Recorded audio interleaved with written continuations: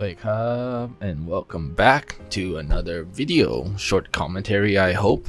And Nikon has released their new vintage APS-C camera, Nikon FC, and it honestly looks really nice. I want to get into the positives first before a few other disappointments that I have for this camera, and to have a sort of establish a certain foundation to this topic.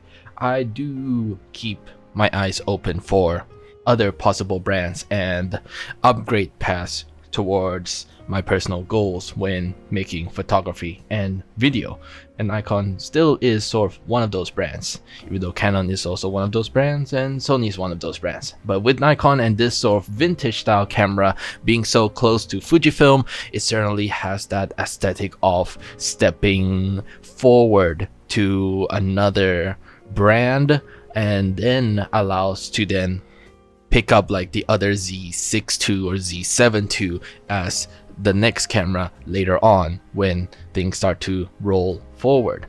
My personal sort of disappointment with it is certainly the sensor size, but let's talk about the aesthetics. It certainly looks the best in my opinion, but the reason for that is that it certainly has the reference connection with the previous film cameras.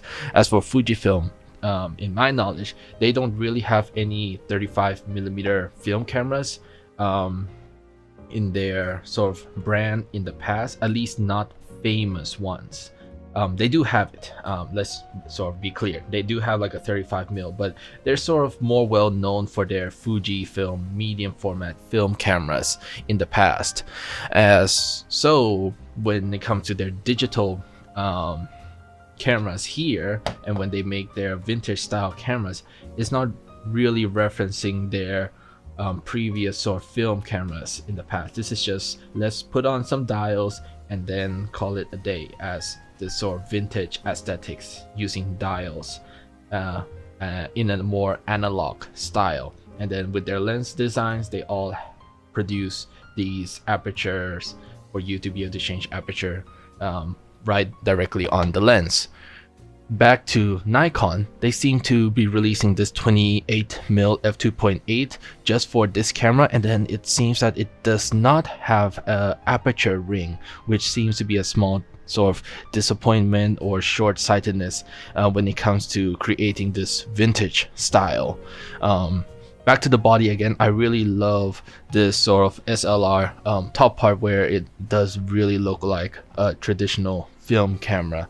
I really like that part, and the sort of small screen at the bottom of the F where you can sort of see the aperture number, I believe it really gives that sort of, again, vintage film camera aesthetic. Now sort of let's go to sort of some of the negatives, and I feel like Nikon is once again not bringing their best foot forward, or they're not really committed to sort of this mirrorless design and this sort of mirrorless sort of camera market.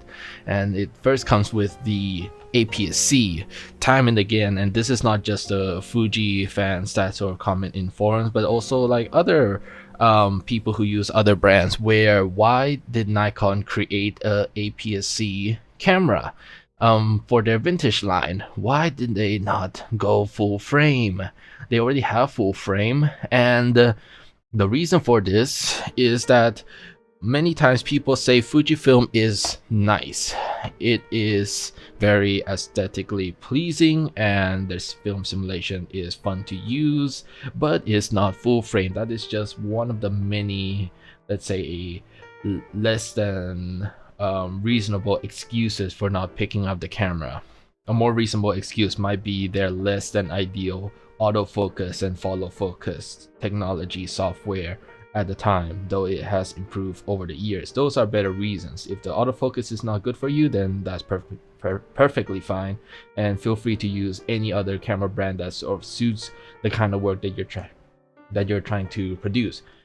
But a reason that it's not full frame, I feel like it's less reasonable. And then Nikon here had an open door opportunity to say, let's make that full frame Fujifilm analog vintage style camera to just capture all the other people who refuses to pick up a Fujifilm because it's APS-C. Now they have an option with Nikon full frame analog style camera, and they have not done that. With all of the reviews so far is that they're all saying, let's hope the next version is full frame. Why are we waiting for the next version if this version is not going to sell, when every other person is saying let's wait for the next one to come around?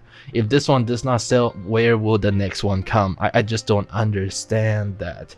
Now, to give some credit, I suppose, is certainly because of the battery size. Since there's no grip anymore, the battery will have to be placed within the body, and so they might not be able to fit a full frame.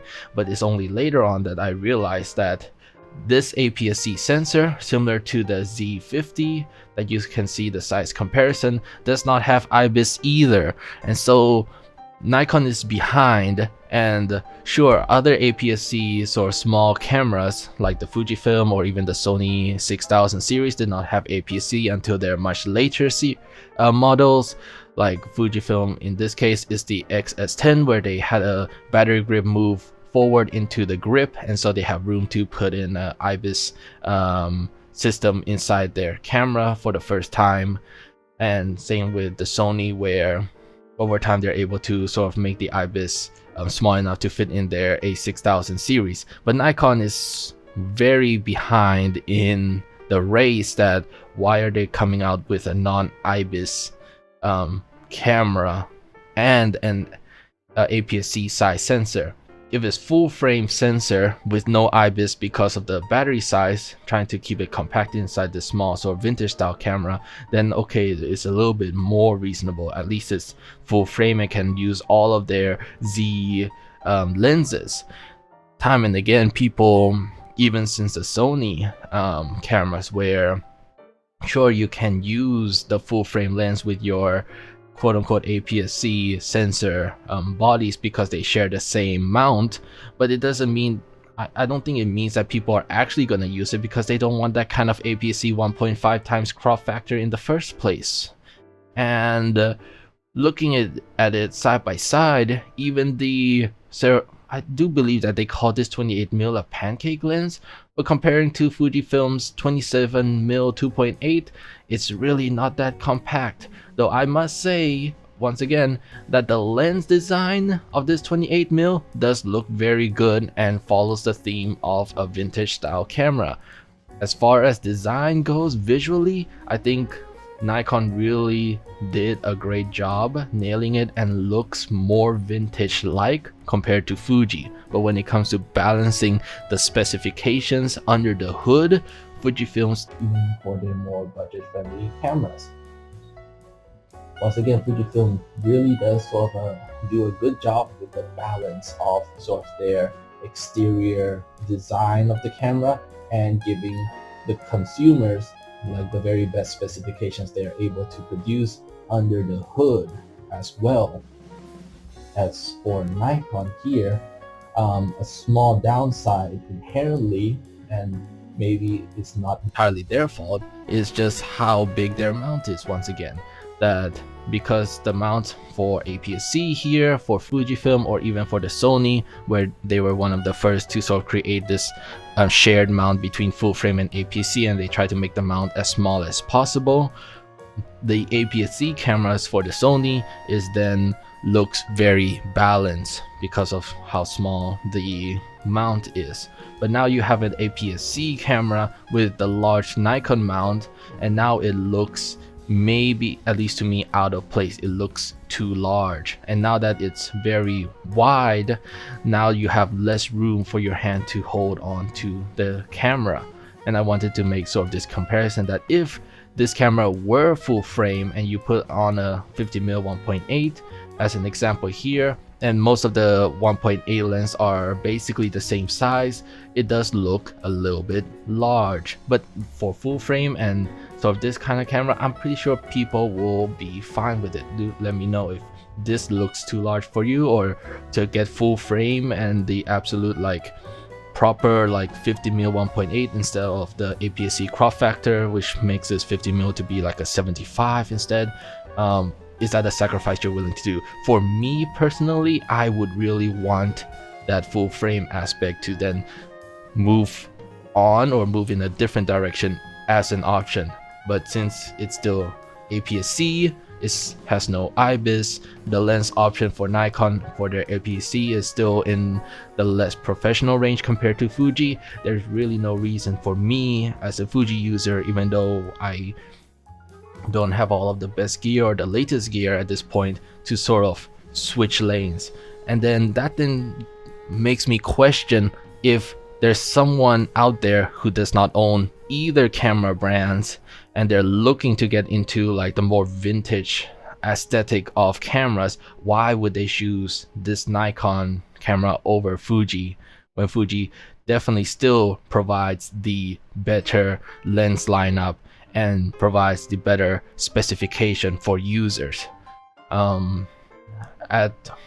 Someone would really need to be like a fan of Nikon film cameras and really love the sort of this one film camera design over the FujiFilm to really pick this one up and maybe combo it with the 28mm f2.8 and to be its like only lens to use, and which is totally fine as well. If you want to use one lens as a prime lens and just go out shoot like maybe street photography with the 28, that's sort of perfectly fine.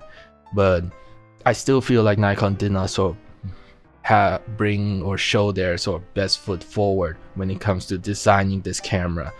Another person I follow named Aperture Value on Instagram that does some videos as well, I want to give credit for sort of his idea that sort of really nails in the coffin, like sort of why I sort of have a problem with this camera, which is that instead of a Z50, that's what people are saying, this sort of vintage style camera is like a Z50 but in a vintage body. They should have or could have made a Z5 full frame camera vintage style camera. So the Z5 itself maybe is not the very quote-unquote best camera or full frame camera in Nikon's lineup, but at least it's the full frame